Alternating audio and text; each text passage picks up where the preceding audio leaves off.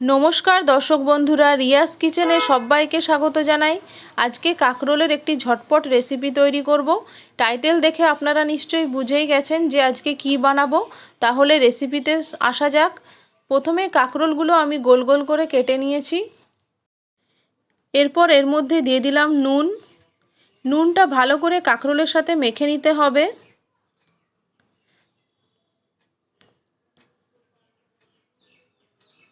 যাতে নুনটা ভালো করে কাকরোলের সাথে মিশে যায়।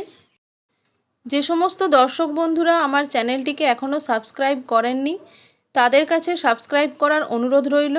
এরপর কড়াইয়ে তেল গরম করে আমি কাকরোলগুলোকে ভেজে নেব।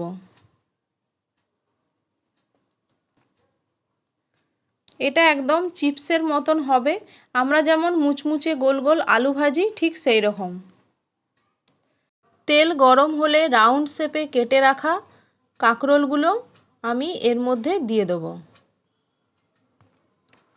এরপর এটা পুরো চিপসের মতন ডিপ ফ্রাই করে নিতে হবে।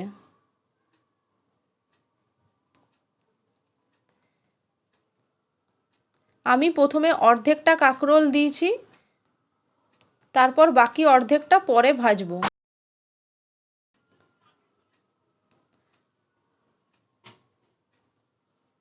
কাকরোলের পিসগুলো প্রথম ধাপে ভাজা হয়ে গেল।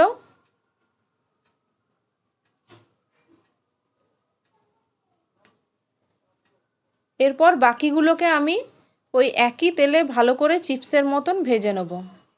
যে সমস্ত দর্শক বন্ধুরা আমার চ্যানেলটিকে এখনও সাবস্ক্রাইব করেননি আমার চ্যানেলটিকে সাবস্ক্রাইব করার অনুরোধ রইল। কাকরোলগুলো ভাজা হয়ে গেছে। এখন আমি কাকরোলগুলোকে তুলে অন্য একটি পাত্রে রেখে দেব।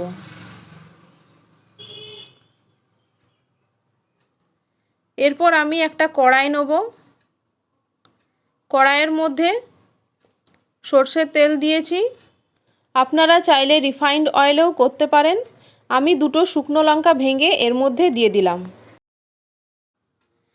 দিলাম রসুন কুচি এবং এরপর দিয়ে দেবো আমি কাঁচা লঙ্কা কুচি। কাঁচা লঙ্কা আপনারা আপনাদের প্রয়োজন মতো দেবেন। লাইট ব্রাউন করে ভাজা হয়ে গেলে আমি ভাজা কাকরোলগুলো এর মধ্যে দিয়ে দেবো। এরপর রসুনের সাথে কাকরোলগুলো খুব ভালো করে চিপসের মতন ভেজে নিতে হবে। অল্প একটু লবণ দিয়ে দেবো বা নুন দিয়ে দেবো।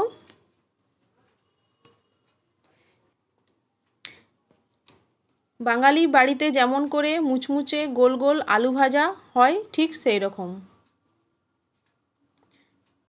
একদম চিপসের মতো করে। সবার শেষে আমি এর মধ্যে দিয়ে দেবো ধনেপাতা কুচি। ধনেপাতা দিলে এর স্বাদ আরও দ্বিগুণ বেড়ে যাবে। ধনেপাতা দেওয়ার পর আমি 1 মিনিট মতো অল্প আঁচে ভেজে নেব। ব্যাস তৈরি হয়ে গেল crispy garlic spiny gourd fry, অর্থাৎ রসুন দিয়ে মুচমুচে কাকরোল ভাজা। রেসিপিটি ভালো লাগলে আমার পেজটিকে লাইক ও বন্ধুদের মধ্যে শেয়ার করে দেবেন এবং চ্যানেলটিকে সাবস্ক্রাইব করতে ভুলবেন না।